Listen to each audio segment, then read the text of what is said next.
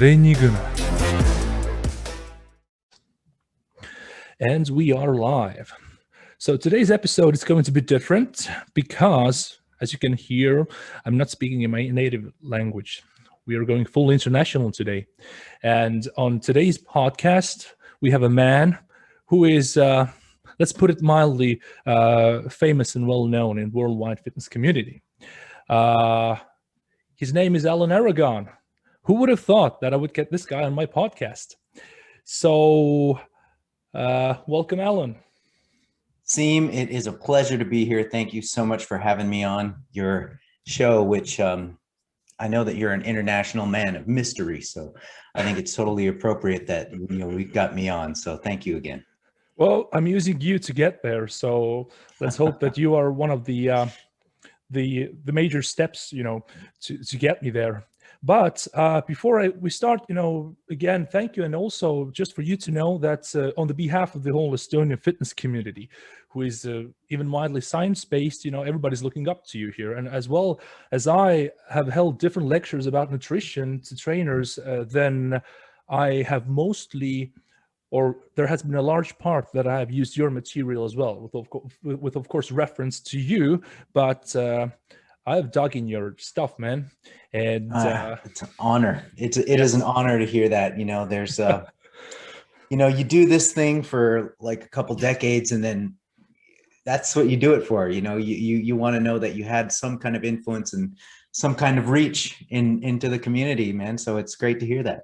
Yeah, you have definitely succeeded in that. So many, even hundreds of people are looking up to you here in our little fitness community. I'd love to visit. I don't know anything about Estonian culture, but I have a double doctorate in eating things. Mm-hmm. So, if there's food in Estonia, I'd love to go there, man. Oh, that'd be something.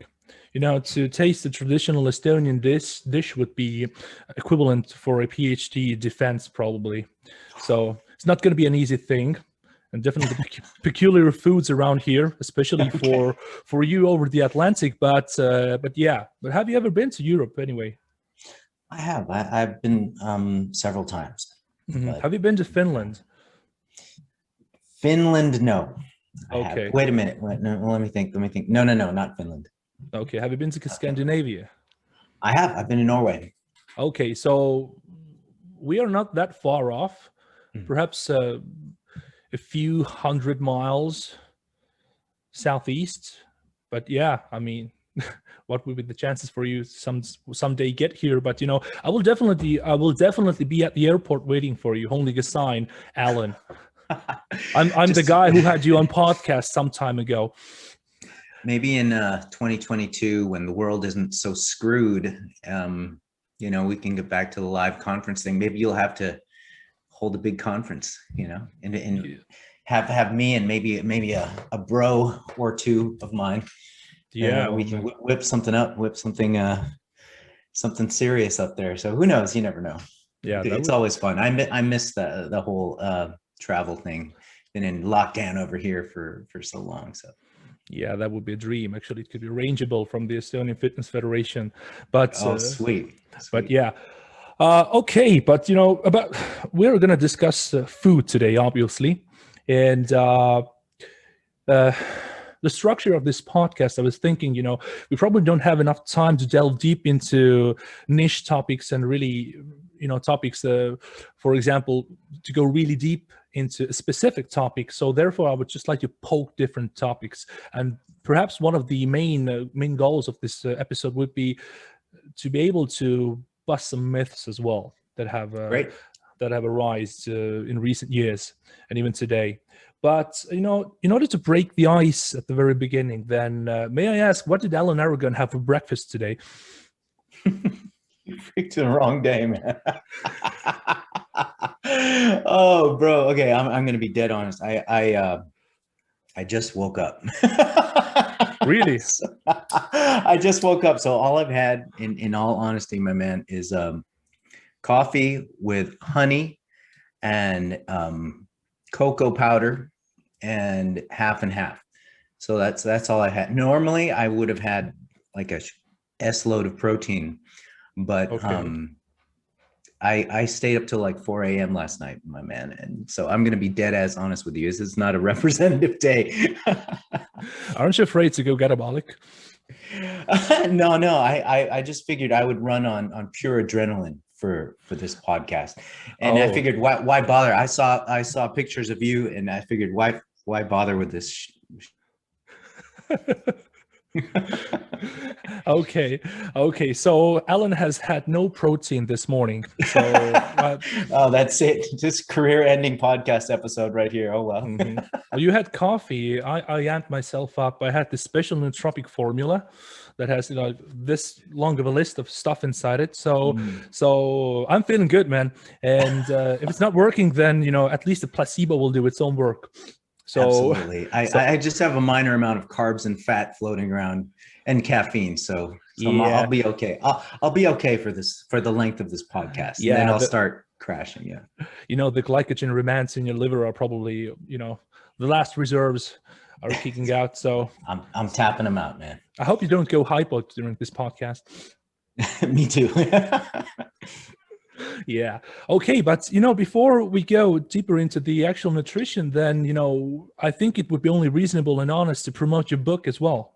So what I have seen, there's a book coming out from you called Protein. So most people who are listening to this, especially the loading community here, I think, reasonable amount of them might not know about this book. So why don't you briefly open the contents of that book? Well, obviously it's about protein, but yeah, maybe it's a little bit provocative question, but how much can we actually talk about protein anymore these days? And, what could be the points that might arise from your book that might bring something new to the table? Well, there's a lot of mythology around protein. There's a lot of confusion because there's a lot of old, outdated guidelines and data that just persist through the media and even through the academic literature. And so it is kind of a frustrating thing. And so that's why I wrote this book, so I could cover all of the questions that I'm personally interested in. And these questions have been asked more frequently than most other questions. Protein is a very hot topic in the fitness realm, and it always remains that way. And because everybody's, I guess, interested in protein, everybody has some sort of opinion on it. And with everyone spouting off their opinions, there's no shortage of false information floating around. So yeah, this book that I wrote, let's see, I just popped open the file. I'm forgetting how many chapters it has. So each chapter is a question that I answer, and there are 26 chapters, so 26 burning questions about protein. And it was fun writing the book. If you're a true bro, then you'll enjoy the protein book. You mentioned myths and misunderstandings that tend to bother you. So if you could give me an example, what's the myth that bothers you the most in common world, but also in the scientific literature? In the scientific literature, there has been a resistance toward recommending protein above the, in quotes, the official RDA levels. Okay. And so with the RDA being 0.8 grams per kilogram of body weight, that is that was established in right around a little bit before 1980, and it was based on a methodology called nitrogen balance, and that's a really crude proxy for estimating bodily protein status. And it was also done in sedentary individuals on top of using the nitrogen balance method. And so the guideline, the RDA guideline, it has limited application. So it basically ignores physically active individuals, and it ignores individuals engaged in any sort of hypocaloric condition or dieting condition. And it certainly completely ignores dieting physically active individuals. Mhm. And so, and of course, it ignores the goal of people trying to get bigger, lean mass wise. So there are very large and important populations that the RDA recommendation does not apply to. So that's one of the frustrating things is when people go, oh, you're consuming 2 or 3 times more protein than you need. You look at the RDA, and that's surprisingly common, even 40 years after the thing was established and outdated. Why do you think it still persists? There are certain factions of folks for whom it's not terribly convenient to get a lot of protein. And so they'll latch on to the idea that you don't need much protein. All you need is a 56 grams a day as a man and a 40 something as a woman. There are certain guilty populations like that. I don't want to attack vegans right off the bat, but there's the plant-based factions within the plant-based community who really latch on the RDA because some of them may not want to supplement their diet with protein powder or do what it takes to get the higher protein plant foods in there.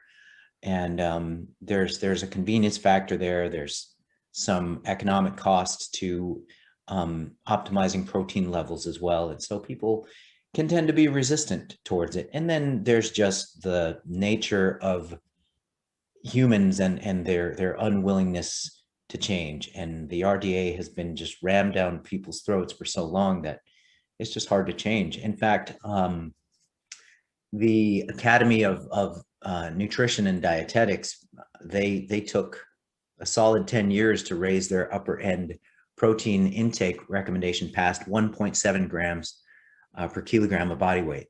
So a lot of my dietetics colleagues would, they're taught to follow the position stands, and the position stand cuts off at 1.7. So when the recommendations to go a full 2.2 grams per kilo were being floated around, they're like, oh, what's going on here? It's passing 1.7. Oh crap, what's going on?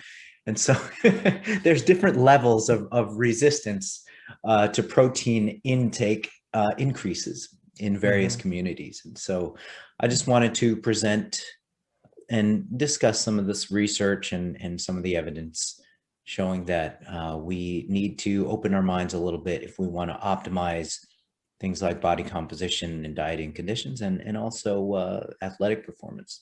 I mean, the notion of the protein requirement 0.8 per kilogram. Well, I think most people who follow the literature and are even vaguely up to date with nutrition and training, they would agree that this number represents the lower end, the minimum that you need, or the number that is actually the low point, the minimum. So, but people tend to misinterpret this, of how much you need, not what is optimal.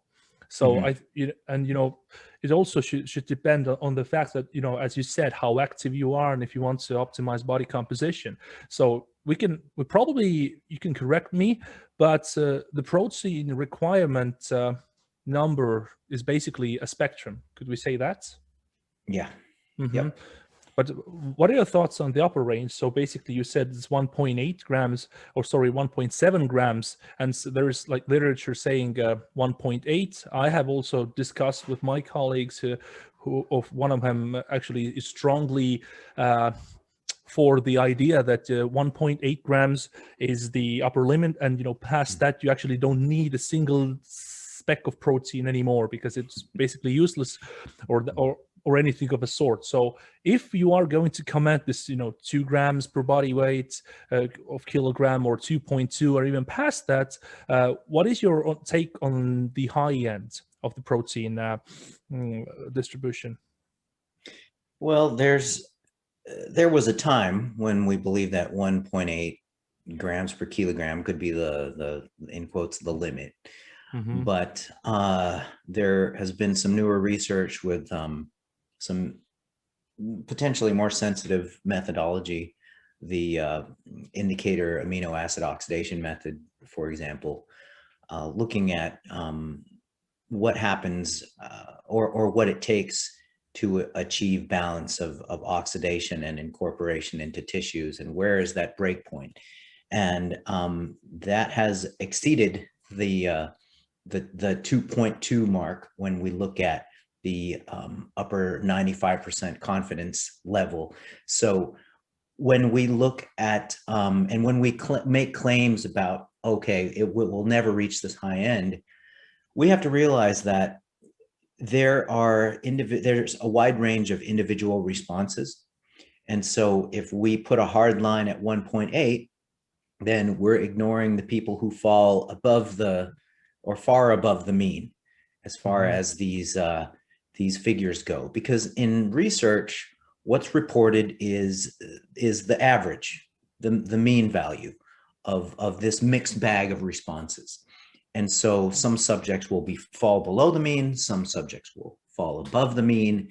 And so if we just look at the mean as gospel, 1.8 as gospel, then you might have some superstars here, just, a small handful, kicking ass and optimizing at 2.2 grams per kilogram of body weight. But we tell them, no, you just can't. It's 1.8. I'm sorry.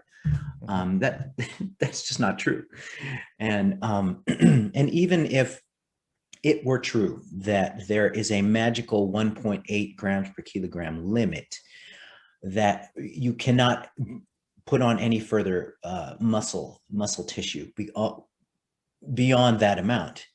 Well, in certain populations, there are effects such as satiety, appetite control, craving control that have been seen at towards 3 grams per kilogram of body weight compared to 1.8 grams per kilogram of body weight. So that fits in really well with the dieting population in the athletic realm, such as bodybuilding or various sports, where athletes run hypocaloric conditions to either make weight, make a weight class, etc. And so craving control, hunger control, if that is important to be optimized, then you would be compromising your capability to do that if you have this hard rule in your mind of like 1.8, that's it.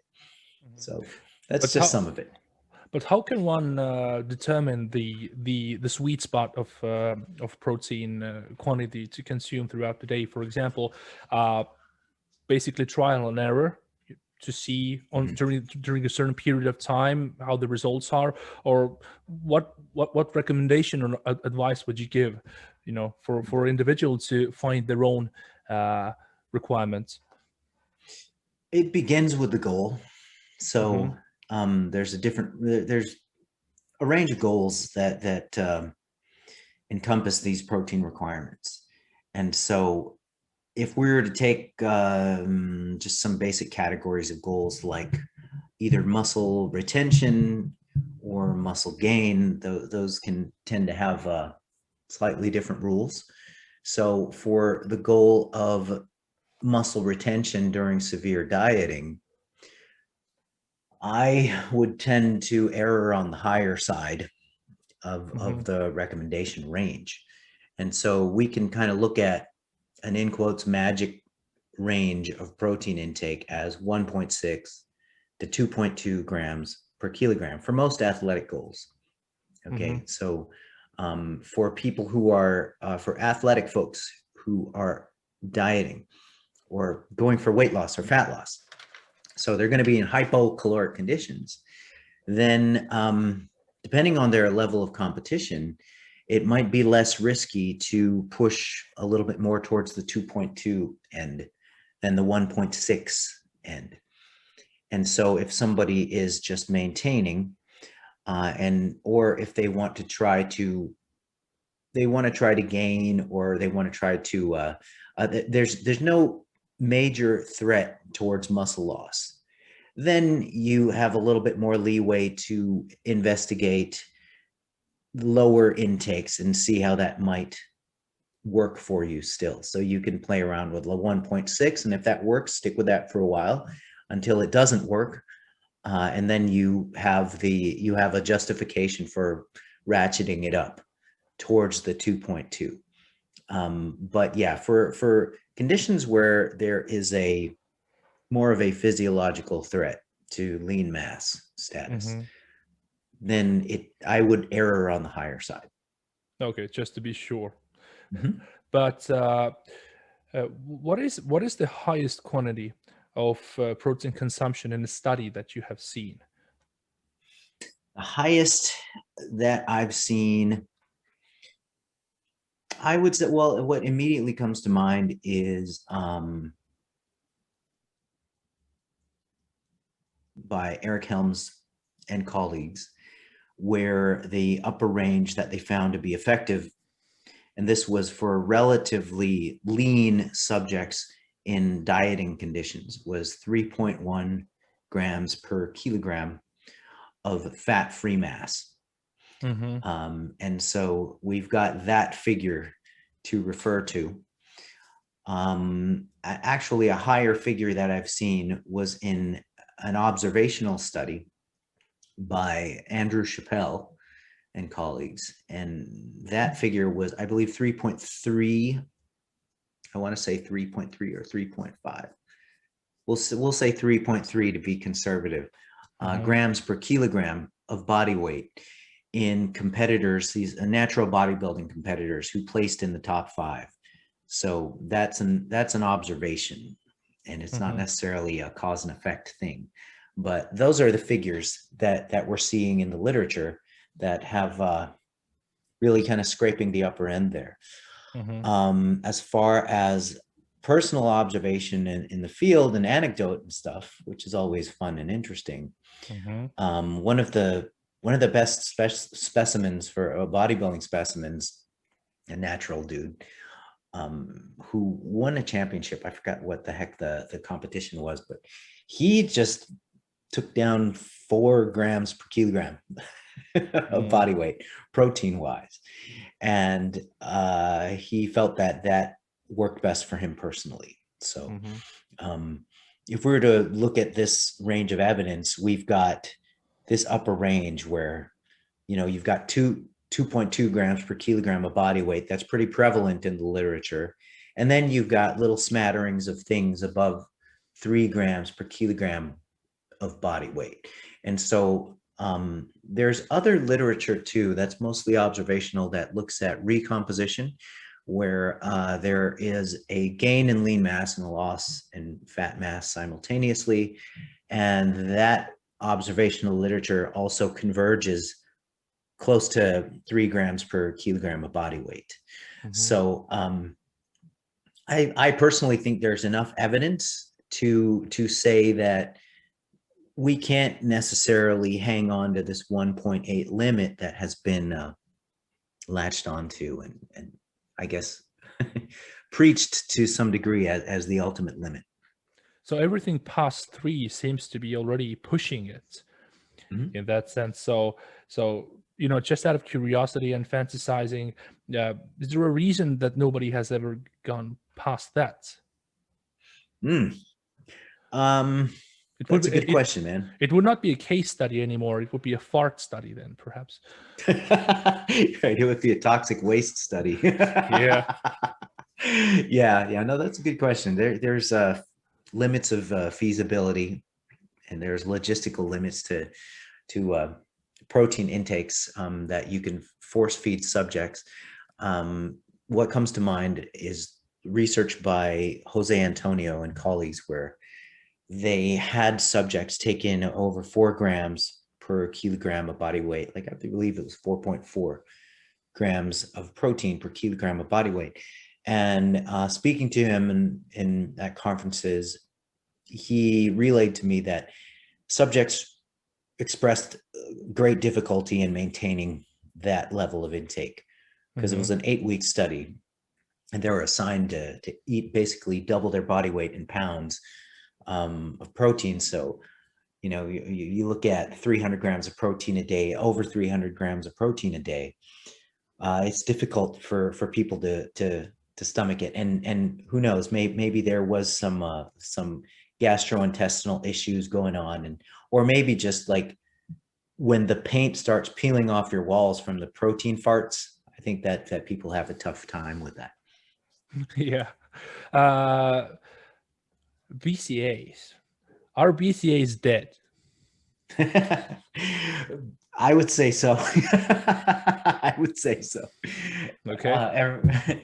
Ever since we put out that paper, Daniel Plotkin, myself, and St. Bradley, we did a paper. This was headed by Daniel Plotkin, and just reviewing the literature, branched chain amino acids or the addition of leucine to sufficient protein intakes. And when I say sufficient, it's typically 1.6 grams per kilogram of body weight. So when branched chain amino acids are supplemented on top of that, they consistently have not shown any effectiveness for adding lean mass and or strength to subjects. So it's just a consistent observation of a lack of effect. So I think it's safe to say that, save your money, just buy a steak.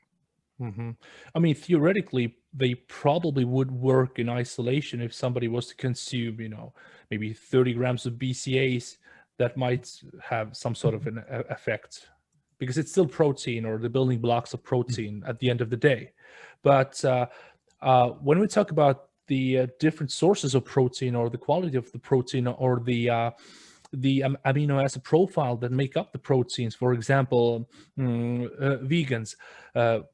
I'm not, necessarily referring to vegans, but using them as an example of, let's say, unorthodox sources of protein and the amino acid profile. So, for example, theoretically, if a vegan was to supplement his or her diet with BCAAs, would this have some sort of an impact or not? It could have a slight benefit. It could have a slight benefit. But with vegans, we also have to remember that it's not just the branched chain amino acids or leucine in particular that they fall short on. They're falling short on things like tryptophan, lysine, methionine,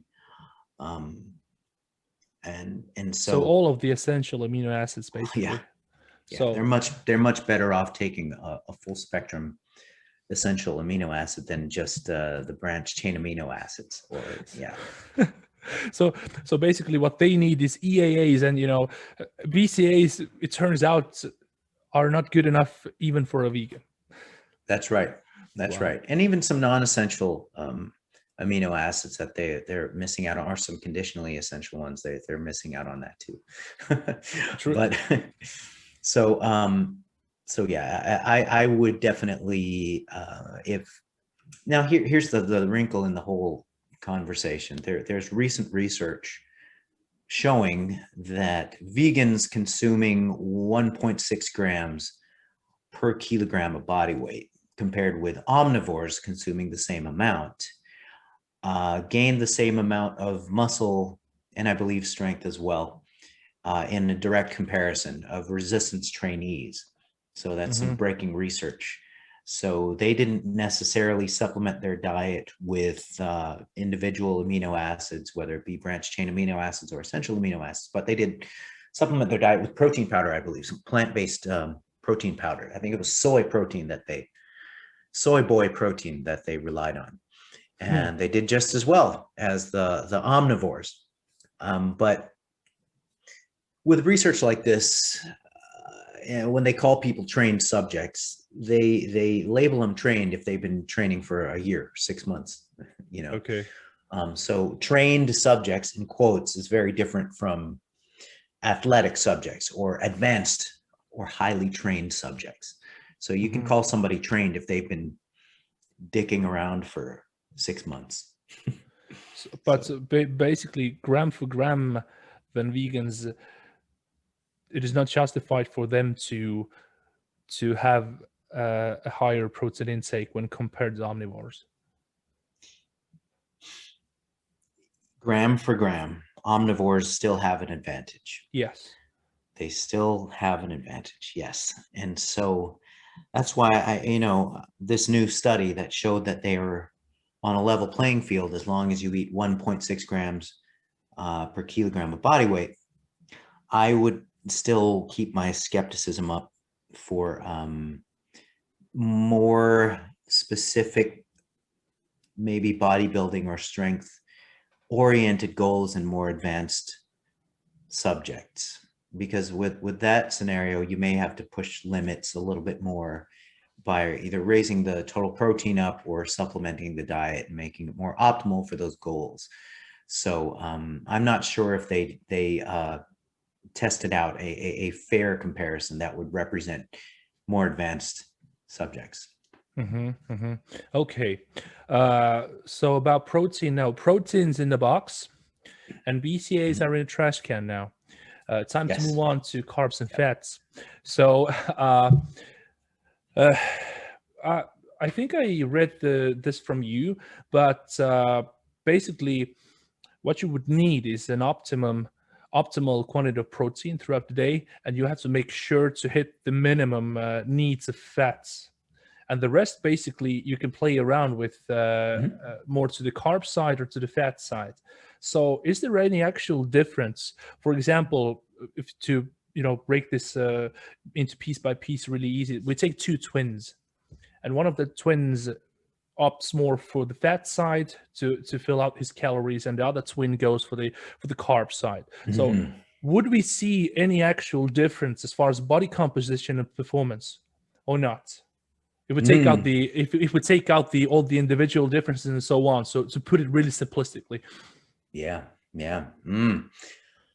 Okay. Of course, I'll find a way to complicate this answer, man. So Yeah. don't worry. You go for it, man. Don't worry. If these twins are involved with athletic performance activities and athletic performance goals that involve high intensity work, like higher intensity glycolytic type of work, whether it's sprinting type of work, whether it's mixed sports type of work, then the twin consuming a greater proportion of carbohydrate will meet his goals more optimally. Now, there is a body of literature comparing ketogenic diets with non-keto, with standard controlled diets, high carb, low fat, on maximal strength. And surprisingly, there hasn't consistently been an advantage for maximal strength goals for the controlled diet, as the keto diet was able to keep up. But I think that over time, for like a full year training cycle in advanced guys with a lot of volume going on, I think you'd begin to see disadvantages with the keto diet compared to the higher carb controlled. So, and especially if you're mixing the spectrum of strength and endurance type of activities, which are the case in a lot of mixed sports that have intervals of higher intensity, moderate intensity, and they're all mixed together. Team sports, for example. And I think that if the twins are involved in that, then the lower carb ones or if one twin is going full keto, he's going to have a compromised work capacity. But more followers on Instagram. True. and maybe more revenues from selling the exogenous ketones. Oh yeah, that thing. But back to the carbs. About carb timing. For example, how important of a role does carb timing play in that sense? For example, if you time your carbs around the workout, pre-workout, post-workout, versus, for example, if somebody is to consume majority of the daily carbs, for example, pre-bed, would suboptimal carb consumption in some way compromise body composition goals? For body composition, I would I wouldn't necessarily say it would. But the contingency there is if most training bouts that approach or exceed 90 minutes of continuous work end up getting compromised if if the availability of carbohydrate is not there. So even if you were to consume a big ass carb meal the night before, and you were to train in the morning, if your training session starts crossing over, it starts approaching 90 minutes of continuous exhaustive work, and certainly starts reaching 2 hours, then your performance towards the ending part of that bout could be compromised if you did not consume immediate pre or institute a during training carb protocol. And so body composition, you know, if your performance capacity is compromised and you're running very high volume, then the guy doing this high volume thing and kicking ass through it could potentially have better body composition than the next guy. But just for very general purposes, I don't necessarily think that you can say that high carb versus low carb or undercarbing could significantly negatively impact people's body composition goals, because a lot of folks with body composition changes as a priority, they're not necessarily pushing those 90, 120-minute workouts.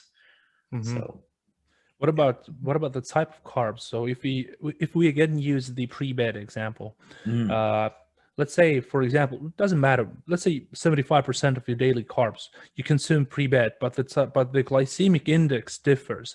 For example, somebody eats a big ass cake before bed. The other one, you know, goes for more starchy carb. Would there be any difference in nutrition partitioning? For example, the one who is consuming higher glycemic index carbs would store more fats, or that is not the case? Yeah, and that's an interesting question, and that has been looked at and that has been compared.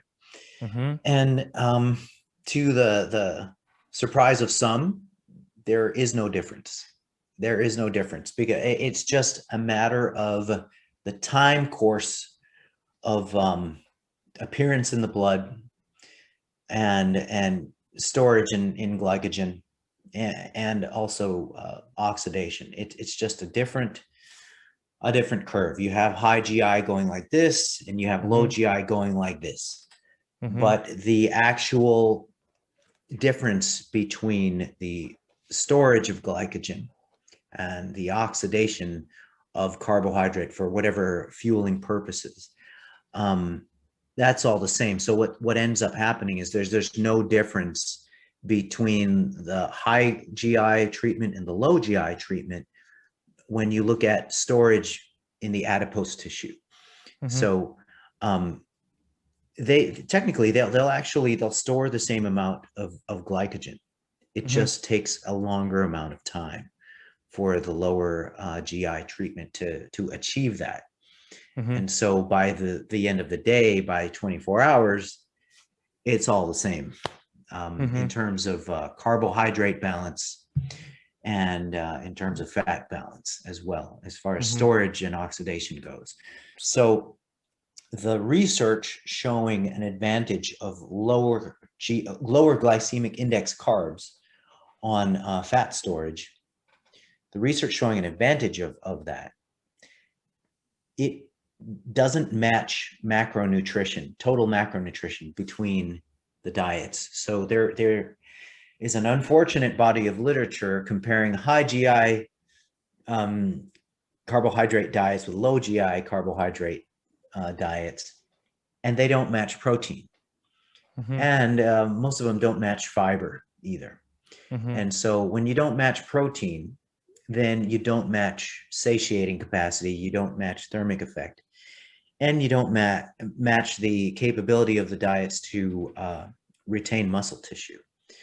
And so thankfully, there were some astute researchers that noticed these methodological shortcomings, and so they matched protein between the diets, and some of them even matched protein and fiber, and they just varied the glycemic index of the different carbohydrate sources in the diets. So high GI, low GI, same protein, no difference in fat storage, no difference in body composition.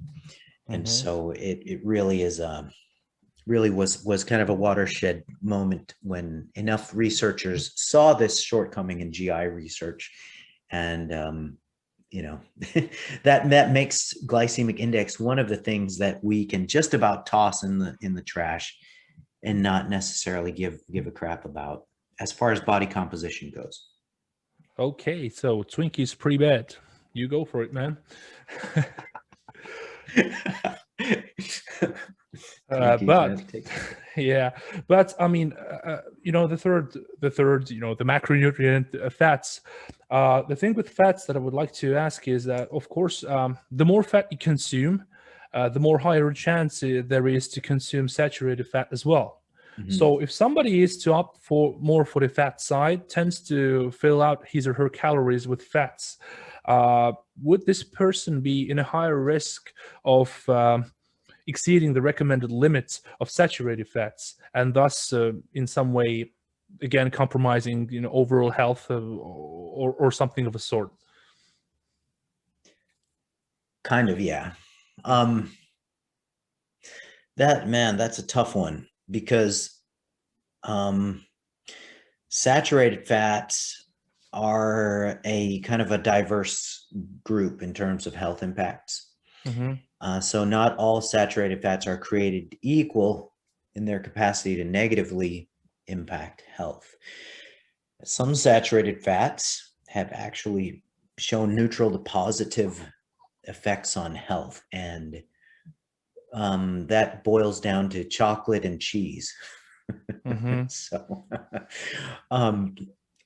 if you're a dark chocolate and cheese eater, you're going to be eating a lot of saturated fat, but the evidence as it stands today doesn't very effectively prosecute dark chocolate and cheese saturated fat, and those are significant sources of saturated fat in some people's diets. So it can kind of depend on your saturated fat intake. Also, a potential third food that's high in saturated fat, but not necessarily a dangerous thing, and potentially there could be a helpful thing, is extra virgin coconut oil.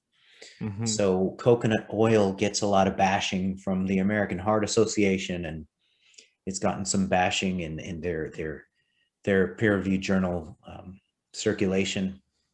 But fact of the matter is, they're not discriminating between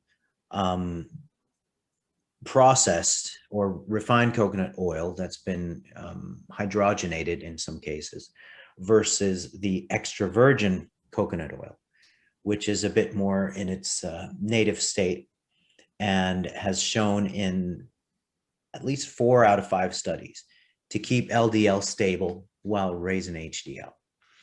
So it can be argued that that is a biologically neutral effect and potentially beneficial if you like HDL. So the lipidologists now are really, especially the vegan ones, they're really mad at any kind of lipid going up. Even HDL, they want to kill HDL now. So, but yeah, there are some nuances to the saturated fat question.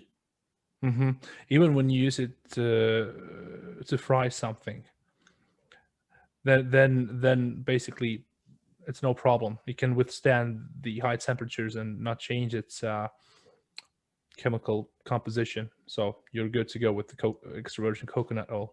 Sure, more stable, more stable against oxidation and things that the lipidologists are scared of.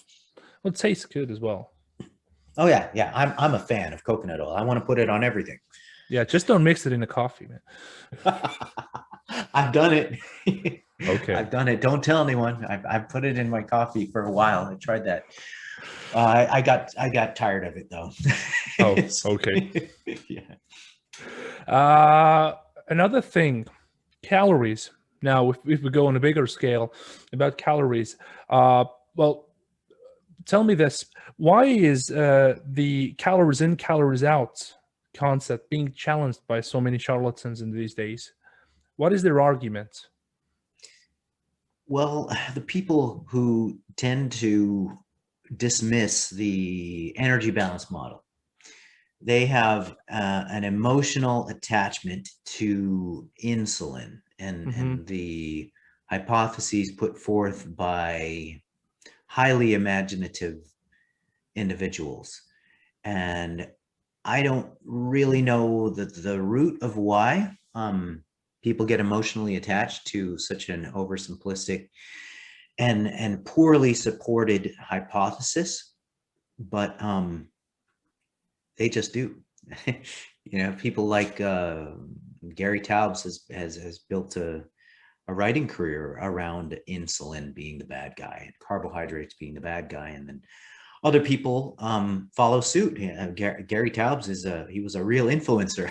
He influenced people like uh, Jason Fung and David Ludwig and folks in the clinical and the academic area. Taubes actually influenced them. So um, that's really remarkable, So given that the evidence doesn't support these ideas. But hey, if you got so influence, I guess you get some kind of credit. so it is actually possible to infiltrate into a scientific community and taint it from inside. Absolutely, and you don't even have to be a scientist, for crying out loud, to do this. You just have to have the charm of Gary. That's it. Wow. That's all you need. Wow. Be a good Okay. writer. Okay. Uh, th- this goes along well along with calories, or how we tend to fill our calories, or what foods we tend to choose. Now, the observation that I have made in recent years, whenever if it fits your macros came to the scene, then what I noticed, and many people actually were confused of the if it fits your macros concept, is that people who followed if it fits your macros idea, what they did, at least in my eyes, is whenever they had a treat or they were using, let's put it blatantly, junk food.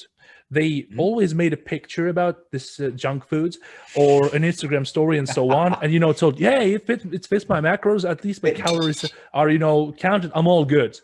But what I felt is like the people who weren't on the IFFYM train, they had the misunderstanding that basically you can eat everything as long as you fill out your calories, which is actually not the case, is it? For example, if you only tend to fill out your calories with I don't know, McDonald's or 5 chocolate bars a day, it is definitely not optimal. So I think what happened with FYM is that people did not represent or reflect the actual picture of their everyday nutrition, but only put forth treats and cheaty foods to show that they are flexible. But in a sense, I think, could it be the case that they sort of uh, did not mention that most of the time you still have to whether it's like eat clean or eat satiating foods with low energy density.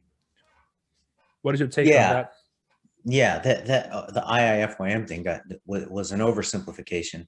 Mm-hmm. Um, a lot of people don't know that it originated as a joke on the bodybuilding.com forums. They think it's an actual diet that you're supposed to be proud of fulfilling your protein, carbs, and fats with Pop Tarts and whey and who knows, butter, fish oil. Mm-hmm. I don't know, fish oil capsules. So yeah, it was an interesting story with that whole IIFYM thing. But if you take it to its extremes and just fulfill all your carbs with refined junk, and let's just look at that aspect of it, then in the long term there's an opportunity cost. So you could have fulfilled your carb allotment with food choices that are known to prevent chronic diseases, and you can also compromise the diet's ability to satiate you or control appetite. And so this can sabotage dieting efforts if somebody thinks that their, let's say, 200 grams of carbs allotment in the day can be fulfilled with just syrup or Jolly Ranchers, Sour Patch Kids. And so some people have done it, and they've done it successfully, and that's great.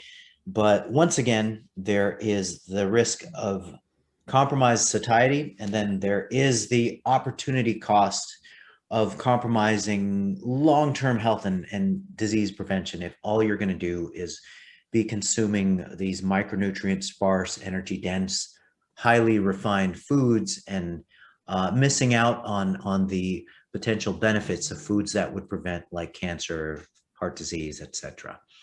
So there are those things to think about if you just want to hit your macros with whatever the hell you want. And yeah, there's some risks to that. Krispy Kreme and whey with Krispy Kreme flavor. People have done that. But I don't know. If I were to do IFYM, I would go with the burger, pizza, and ice cream combo diet. That would be pretty good. I think I could handle that. As we already mentioned, if it fits your macros, all the other diet religions, so to speak, for example, if keto, vegan, carnivore, paleo, I don't even know if paleo is around anymore, but now we're all about carnivore and keto, which are like the two titans battling around on Instagram, but if we mention keto now, well, the common knowledge is that energy balance dictates where you will go, no matter the religion or the diet you follow. But if we talk about keto, is there any actual benefit, scientific wise, in other areas where keto can be implemented and there would be actually some sort of benefits from it? Clinically, in patients with neurological disorders, patients with epilepsy, potential Parkinson's disease, and I've heard some very bizarre esoteric applications like Navy SEALs. If you want to prevent oxygen bubbles from going up and getting you caught and shot. I think I heard somebody relay that from Dominic D'Agostino. But these are just some very fringe applications that almost never apply to people who are adopting keto. To the broad population who is taking on keto as some sort of universal solution or perceived universal solution. So it's just not necessary. It's not necessarily effective either. Even with diabetics, even with type 2 diabetics, who you might presume would benefit more from keto than from mere non-keto carb restriction. The evidence it doesn't point to that. It doesn't point to that. And even people who will point to the literature on the VIRTA program, VIRTA. The VIRTA program is really directed towards type 2 diabetics and pre-diabetics and obese type 2 pre-diabetics, or obese type 2 diabetics and obese pre-diabetic folks. That's who it's marketed towards, the so-called metabolically compromised or metabolically unhealthy folks who have a lot of body weight to lose. Even that population. Okay, you can't necessarily say keto is it, because look at the VIRTA research. Well, the VIRTA program involves constant monitoring and very close support from a community and a personal coach and an app, and you're paying $400 a month, and this helps with compliance. And so the VIRTA program is not the equivalent of somebody off the street saying, I'm going to go keto. I'm going to try keto. I'm going to do it. You're looking at basically a multidisciplinary team, medical team helping you out, and you're paying out the nose for it.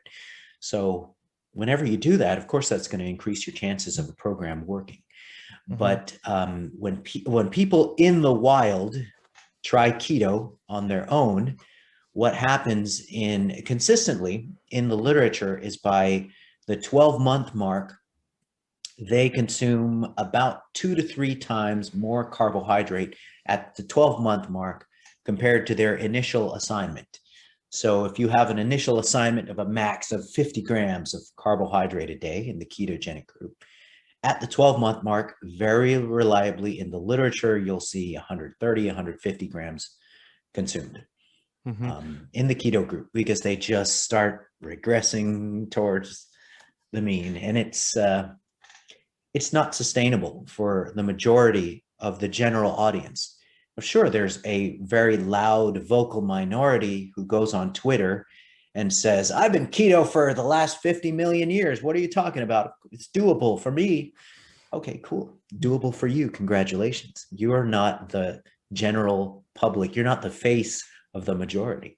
You're in the squeaky minority, my friend, and congratulations. So that's the story with keto.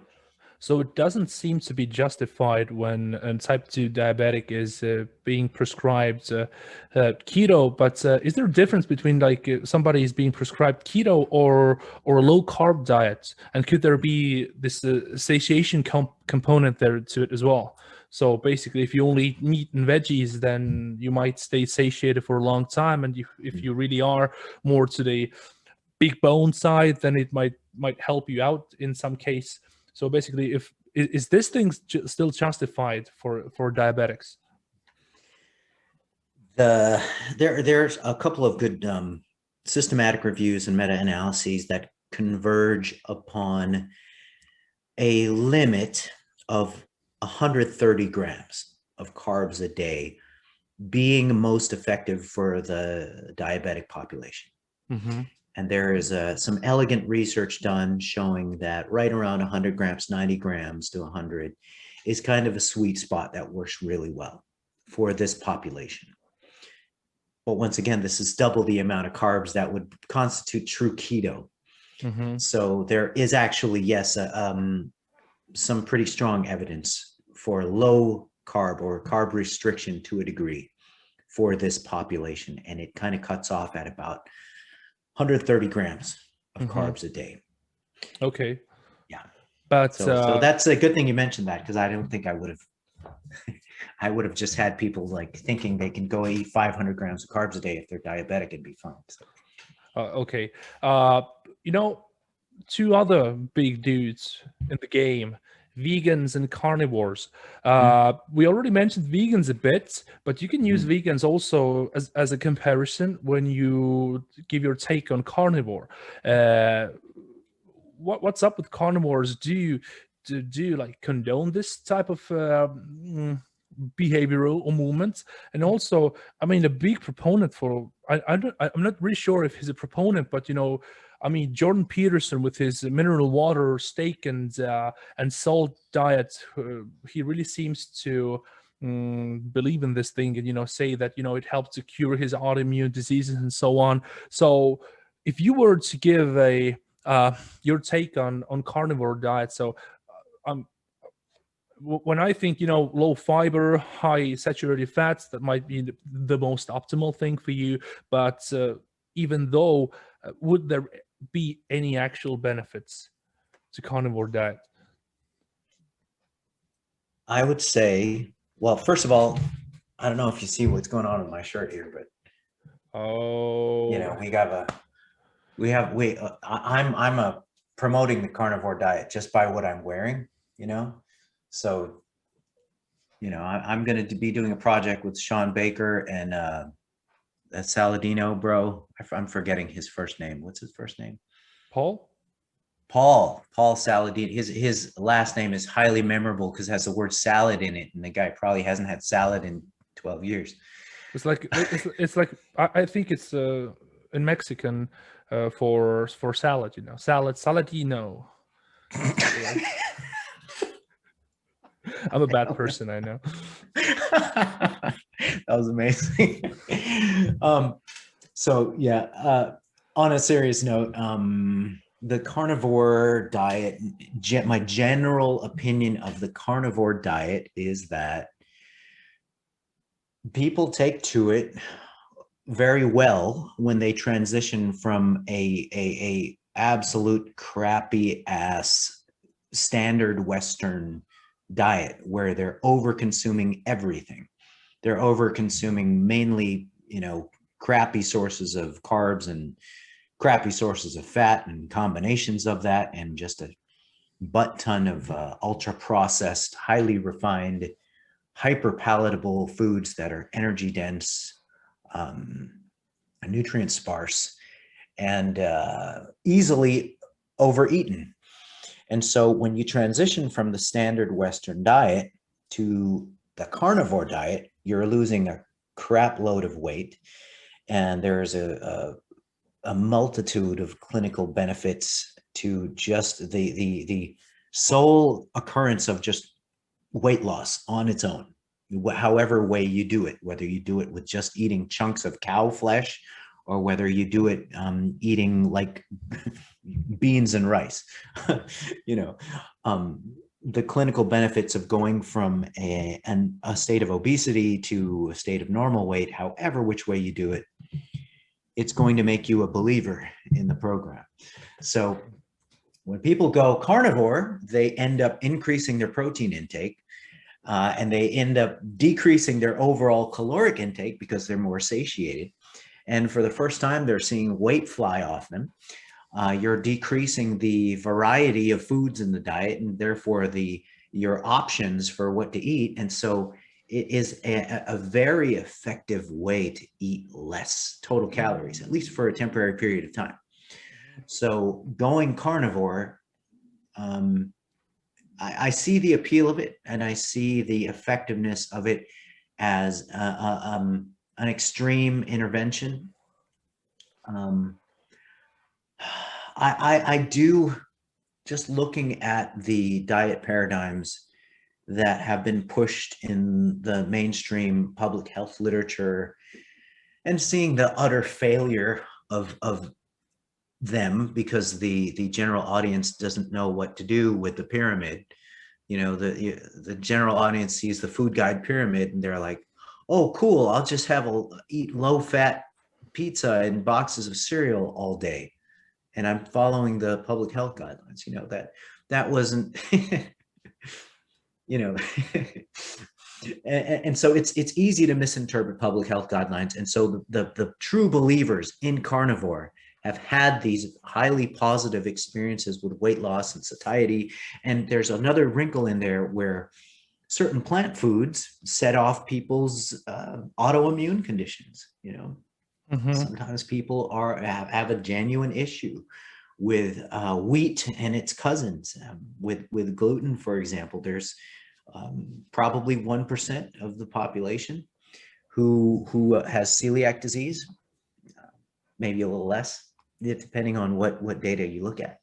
Maybe up to 5% of the general population has non-celiac gluten intolerance. And so that's a lot of people. When you kick all the plant foods out, you kick all the freaking grain foods out, you're cutting out a lot of hyper palatable foods. You're cutting out a lot of potentially autoimmune offending foods. And then people love it. But, it's the lesser of the two evils, ultimately. Carnivore is the lesser of the evils if it's for a temporary period. And also, I'm seeing a lot of people observationally incurring scurvy from going carnivore with no dietary sources of vitamin C. Mm-hmm. And of course, you have the utterly crazy carnivore folks who say, oh, I'll just eat raw liver and get my vitamin C from there. So don't you worry. I don't have to eat no damn oranges and whatnot. I'll just eat raw liver. Like, okay, all right, good luck with that, buddy. Better you than me. I'll have my, I'll have my steak and I'll have my veggies, and my fruits. But some people are truly out of their minds, and they're okay with that sort of thing. But I will give the carnivore diet this benefit. It's a good basis for an elimination diet to investigate systematically what plant foods might be offensive to your physiological response. So if you have some sort of food that you feel is triggering some sort of autoimmune response or some sort of gastrointestinal responses that are unfavorable or adverse, then just use that meat basis and eliminate those foods, and then reintroduce the plant foods systematically for measured time periods, and take note of which foods might be causing you the symptoms, and then remove them from the diet and see if that alleviates the symptoms. And then you can systematically find out what plant foods might be messing with you. And so as a basis for an elimination and reintroduction diet, I see the utility of the carnivore diet. What I don't see the utility of is thinking that you're optimizing your long-term health by just eating ribeye. So yeah, so basically you would not encourage anybody to just for fun, for shits and giggles, to go on carnivore, and it's not the best way to optimize, basically. Yeah. Long-term health, no. Okay. You have mountains of evidence that you have to just shut your eyes to if you want to do that. Mm-hmm. So yeah, I wonder. I mean, a lot of people who are into nutrition. Have you ever had this occasion when you have seen or observed, or a vegan has told you that to hell with this veganism, I'm going to go full dark side and start carnivore? It's true that a lot of carnivores are ex-vegans. Wow. It's because the people who gravitate towards the carnivore diet gravitate to extremes. They just are that type. And I think that maybe Jordan Peterson would be able to explain to me the psychology of that. Yeah, no, I do. I'm a fan of Jordan Peterson, by the way. I mean, he would probably, I think there's like what he says, like a dominance hierarchy of different nutritional aspects, and you have to be at the top of the dominance hierarchy and make sure the lobsters are present and so on. Lobsters are carnivore. Lobsters still are carnivore, I think. So he'd be good. Yeah. Yes. Okay, but we are reaching the time limit here soon enough as well. So I think I would actually pose you the last question, or like the point to touch on, is the overweight epidemic. Well, in the United States, but also worldwide. So Europe as well, where I'm residing. I mean, the obesity epidemic, it's starting to show its face as well. So if you tackle the subject a bit in that sense, what do you think? What drives this? Is it poor discipline? Is it some sort of reward mechanisms that people want to experience, as far, perhaps like dopamine wise and so on, like super satiating and tasty foods? And what should we do about it? In that sense, I've always liked to think, I have formulated this idea, and I really like to think that way, that nobody should experience hunger. However, we do have to fight our cravings. What's your comment on that? It's such a complex problem. It really, really is. There's so many facets to what's fueling the obesity pandemic, basically. Thankfully, obesity rates have seemed to plateaued over the last decade. So maybe we're at our high of how bad it's going to get. That's in the United States. In the US. Okay. Yes. I'm not sure what the situation is where you're at. I think we're on a rise. You're still on a rise because we have a different background and all of that. So I think we have just exited the phase of discovering burgers and fast food. Actually, I mean, a few years ago, the first KFC opened up here.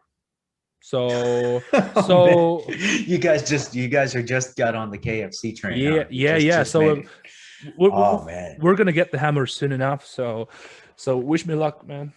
Oh boy, I haven't had that in many years. Yeah, I kind of miss it. The main facets I see that are fueling the obesity epidemic are it's misinformation, the spread of misinformation by quacks with large platforms. Just like, for example, people who claim that it's not about calories, it's about hormones. That's utterly false, and it's false in many subtle and important ways. That the whole idea that people are pointing to magic foods or superfoods and then evil foods and telling people to ignore the concept of energy balance, that'll get people overweight. Ultimately, if you do not know the rules of the game, you're going to lose it. And so energy balance is the foundation, and hormones are what influence how you behave, which affects energy balance. So and it's tough for people to understand that when you have best-selling diet books written by folks with not a clue. And so that's one of the big problems, is the spread of misinformation is going to keep people obese and overweight as long as they have the wrong information. And then the other problem is the lack of scientific literacy in the general audience.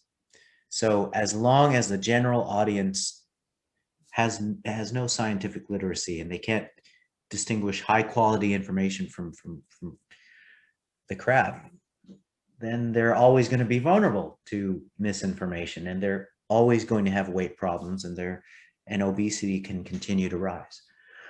And when you can combine that with the food environment that is designed to just get people to buy, get people to consume, and then the foods themselves are engineered to be highly palatable and delicious, and there's high accessibility, and a lot of times they're cheap, and then they're marketed towards vulnerable populations who, like, for example, sugar sweetened beverages for kids, and also engineered foods for adults who are on the go. They're overworked, overstressed, and they're using food as either entertainment or medication, or they're using food as a antidote to boredom. Then you've got a lot of problems. So the food environment with highly easily available, energy dense, large portions, inexpensive, and then you've got the miseducation by quacks who are apparently much more charming and better at capturing the emotions of the general audience than we science folks are.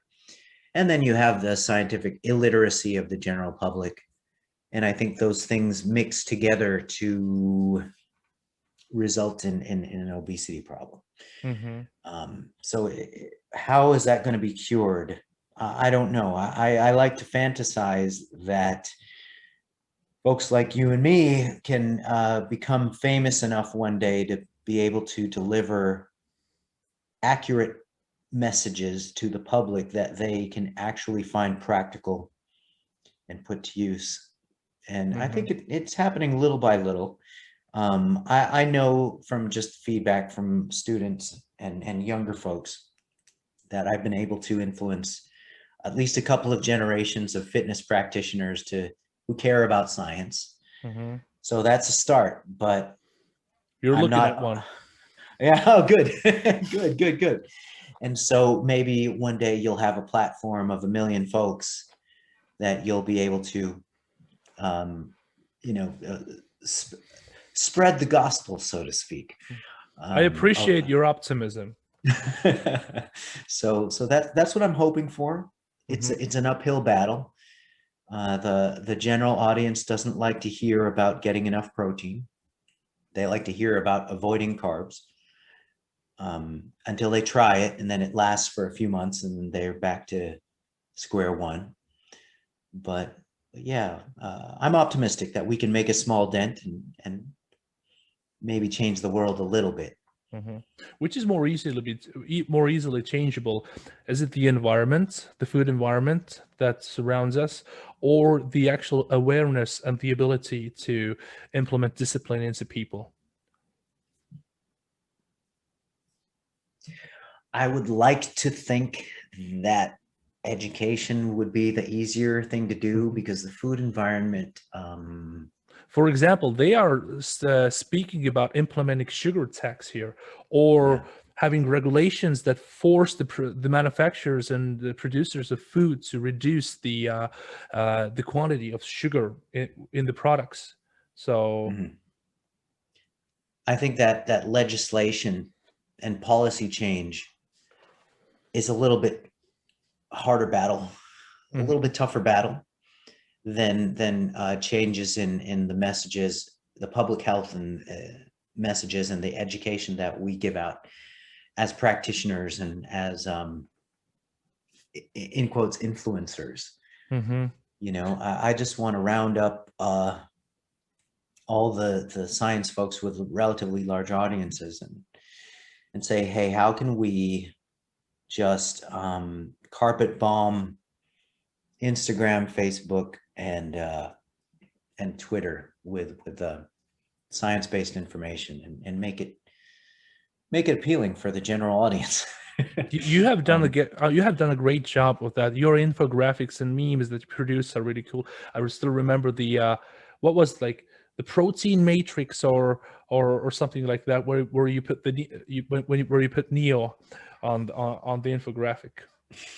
So yes, I remember yeah, that. Yes. they're informative and funny. But yeah, I do think that if we are able to raise awareness among people, so that people would do different choices when they're at the grocery store, then they are the ones actually who dictate the market as well. Because even Hmm. today, you can see much more protein-filled products.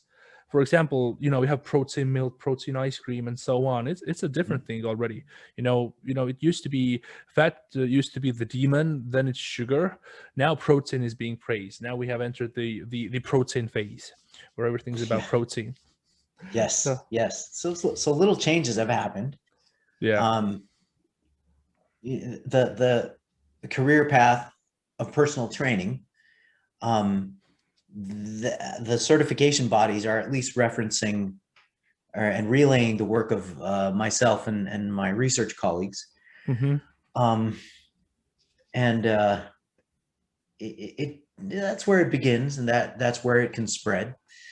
And so hopefully there'll be more butterfly effects like that with practitioners to their clients, to their social media audiences. And I think that we have made a little bit of progress in the last decade or so to hmm combat misinformation. So, Well, yeah. you can sleep in peace knowing that in my country here, the official hmm, what's that? The official certification for fitness trainers in the Olympic Committee or in our National Olympic Committee, the nutrition part has been inspired by Alan Aragon. So we are using your information, man, to educate the upcoming trainers here on a national level with the national certification. So you have reached here, man. You have made some impact. So Oh my goodness. I'm going to yeah. play that back and listen to it like 50 times. Oh, well, I mean, I'm glad. Well, however, it's time to wrap it up, probably. So, just to sum it up, You sensed, pardon me, you sensed that I was missing the anabolic window, right? yeah, what is that? BCAs? This is like leucine sprinkled water right here. Oh, so you're traveling into the realm of homeopathy already, because if it's only sprinkles there of Oh, you leucine. know it, man. It's just cereal dilutions until you just have just the essence of Mm. leucine in here. Placebo-induced protein synthesis. The best kind. Yeah. Okay, man. Thank you so much for this opportunity to hear you out, to learn from you. I think the listeners will also appreciate the fact that you were on this podcast, and yeah, I mean, can't thank you enough, man. We'll be following you and looking what you're doing and trying trying to absorb some of that knowledge from. I really appreciate the opportunity to be on. Thank you, Seam's audience, all of you out there. Yeah. And yeah, it's been really fun, really great. Always great getting questions from a true bro. Oh. And yeah, I'll be happy to get this out there when it's ready to fire off. So Okay, yeah, thank you once again, Seam. When I push the end button, I'm gonna cry now. So I'm really trying to hold back my tears of joy at the moment. My man. Okay, let's wrap this up, man.